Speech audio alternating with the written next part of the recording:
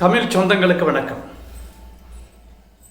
எனது வாஸ்து பயணத்தில் தொழிற்சாலையை சார்ந்த வாஸ்து பயணம் என்பது தமிழகத்தின் அனைத்து பகுதிகளிலும் இருக்கிறது. மிகப்பெரிய தொழிற்பேட்டைகள், எங்களுடைய சொந்த ஊரான பெருந்துறை தொழிற்பேட்டை, ராணிப்பேட்டை சிப்காட் தொழிற்பேட்டை, அம்பத்தூர் எஸ்டேட், ஆவடி, அதுபோல் சென்னையில் இருக்கக்கூடிய அனைத்து தொழிற்பேட்டை பகுதிகளிலையும் வாஸ்து பயணம் என்பது இருந்திருக்கிறது.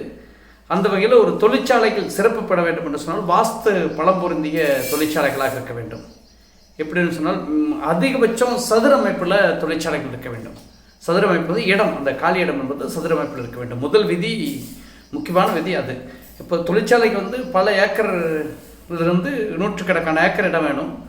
அப்பொழுது அதன் பரப்பளவை பொறுத்து அதனுடைய வளைந்து நெளிந்து போகும் தன்மை என்பது மிக மிக முக்கியம்.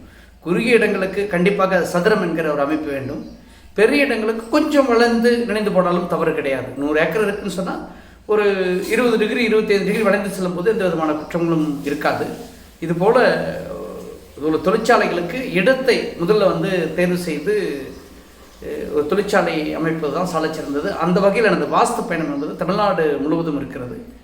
அப்படிப்பட்ட பயணத்தில் திருப்பூர் சார்ந்த மக்கள், திருப்பூரில் பார்த்திங்கன்னா பனியன் கம்பெனி, டெக்ஸ்டைல் சார்ந்த தொழில் இருக்கிறது. அது சார்ந்த ஆலோசனை மற்றும் இல்லங்களுக்கு சார்ந்த வாஸ்து ஆலோசனைக்கு என்னை அழைக்கும் போது உங்கள் ஊருக்கு வருவேன். நன்றி, வணக்கம்.